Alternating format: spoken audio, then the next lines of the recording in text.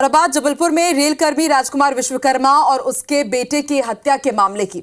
इस मामले में आरोपी मुकुल सिंह और रेलकर्मी की बेटी अब तक फरार है, लेकिन IBC 24 के पास वो सबूत है जो बताते हैं कि मृतक की बेटी ने पहले भी अपने पिता के खिलाफ जाकर आरोपी का साथ दिया था। उसी के बयान की मदद से आरोपी पहले भी जमानत पर छूटकर जेल से बाहर आया था और फिर उसके बाद उसने इस जघन्य हत्याकांड को अंजाम दिया। रिपोर्ट देखिए।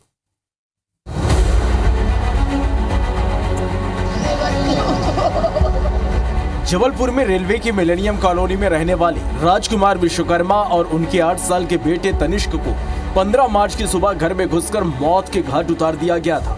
रेलकर्मी की 14 साल की बेटी ने हत्या के बाद अपनी एक चचेरी बहन को मोबाइल पर वॉइस मैसेज भेजकर कहा था कि मुकुल ने पापा और भाई की हत्या कर दी है। आरोपी और मृतक की बेटी करीब 4 घंटे तक मौका वारदात यानी रेलकर्मी के घर पर ही रुके रहे।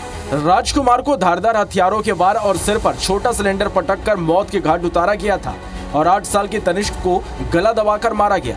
CCTV फुटेज बताते हैं कि आरोपी और मृतक की बेटी यहां एक बस पकड़कर कटनी पहुंचे और कटनी स्टेशन से ट्रेन पकड़कर पुणे पहुंच गए। दोनों ने पुणे से एक रेस्टोरेंट में खाना खाया, जिसका बिल आरोपी मुकुल ने ऑनलाइन चुकाया। पुलिस ने जब मुकुल के बैंकिंग ट्रांजैक्शन जांचे तो पता चला कि खाते में छत्तीसगढ़ से 30,000 रुपए भेजे गए। तो क्या किसी तीसरे को भी मालूम है कि दोनों कहां हैं? ये पता लगाने के लिए जबलपुर पुलिस छत्तीसगढ़ में जमाकर्ता को तलाश रही है। उस लड़की को सफिशिएंटली मैच्योर्ड मान के और उसका किसी के द्वारा किसी कोई शिकायत नहीं करना, ये दर्शाता है कि वो लड़की अपने आप उसके साथ में गई थी और उसको सारे चीज़ों को मद्देनजर रखते हुए मध्य प्रदेश उच्च न्यायालय ने उसे जमानत पे छोड़ा था।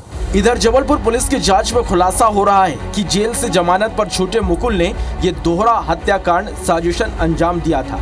मुकुल ने अपनी नाबालिग गर्लफ्रेंड के पिता को रास्ते से हटाने के लिए ऑनलाइन हथियार खरीदे थे।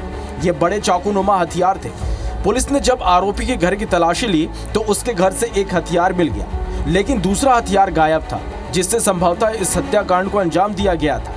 बहरहाल जबलपुर पुलिस की कई टीमें कई राज्यों में आरोपी और मृतक की बेटी की तलाश कर रहे हैं। वो दोनों एक्टिवा से गए हैं, फिर उन्होंने उसे मदन महल रेलवे स्टेशन के बाहर छोड़ दिया और वहाँ से फिर वो अंदर जाके फिर दूसरे रास्ते से बाहर निकल के और आगे वो जाके उन्होंने बस पकड़ के ISBT से आगे सफ़र किया है और लगातार पुलिस फुटेज खंगाल रही है और उनके पीछे हमारी टीम्स लगी हैं। जल्दी दोनों को गिरफ्तार किया जाएगा। फिलहाल पुलिस आरोपी मुकुल के परिजनों और उसके दोस्तों से भी पूछताछ कर रही है, लेकिन मुकुल और मृतक की बेटी अपनी लोकेशन लगातार बदल रहे हैं, जिन्हें अब तक पकड़ा नहीं जा सका है। फिलहाल इंतजार है नाबालिग की दस्तयाबी के साथ आरोपी की गिरफ्तारी का, ताकि जघन्य हत्याकांड की कलई खुल सके।